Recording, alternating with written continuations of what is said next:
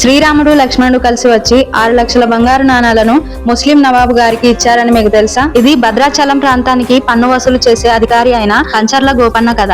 అక్కడ అడవిలో నివసిస్తున్న గిరిజన మహిళలకు సీతారామ లక్ష్మణుల దివ్య విగ్రహాలు దొరికాయని ఆయనకు తెలిసింది. గోపన్న అక్కడికి చేరుకొని ఎండావానలకు తడుచుకుంటూ ఒక పాడుబడ్డ గడ్డి గుడిసెలో ఆ దేవుళ్లను చూసి మనసు చలించిపోయింది. పరిణామాల గురించి ఆలోచించకుండా ప్రజల నుంచి విరాళాలు సేకరించి ప్రభుత్వ ఖజానాను నింపుతానని నమ్మకంతో పన్నుగా వచ్చిన డబ్బుతో అక్కడ ఒక రామాలయాన్ని నిర్మించాడు. కానీ ప్రభుత్వ డబ్బును అనుమతి లేకుండా ఖర్చు చేశారని గోల్కొండ నవాబు తానే తెలియగానే దానిని రాజద్రోహంగా పరిగణించి గోపన్నని అరెస్టు చేయించాడు. గోపన్నను హైదరాబాద్ లోని గోల్కొండ కోటలో ఒక చీకటి చెరసాలలో బంధించారు. అక్కడ ఆయనను 12 సంవత్సరాలు హింసించారు. ఆ 12 ఏళ్లలో జైల్లో రాయితో సీతారాముల హనుమంతుని విగ్రహాలను గోడల మీద చెక్కి పూజించేవాడు. అప్పుడు ఒక రాత్రి నవాబు గణేష గాఢ నిద్రలో ఉన్నప్పుడు ఇద్దరు ఎంతో తేజస్సుతో ఉన్న అంగరక్షకులు ఆయన కలలో కనిపించారు. వాళ్ళ పేర్లు అడగ్గా వారు పేర్లు రామోజీ లక్ష్మోజీ అని చెప్పి 6 లక్షల బంగారు మోరీలను అందజేశారు. నవాబు అది కల మాత్రమే అనుకున్నాడు. ఉదయం కళ్ళు తెరిచి చూస్తే కలలో ఇచ్చిన 6 లక్షల బంగారు నాణాలు నిజంగానే ఆయన మంచం దగ్గర పడి ఉన్నాయి. వారు సామాన్య సైనికులు కారని వారు స్వయంగా రామలక్ష్మణులు అని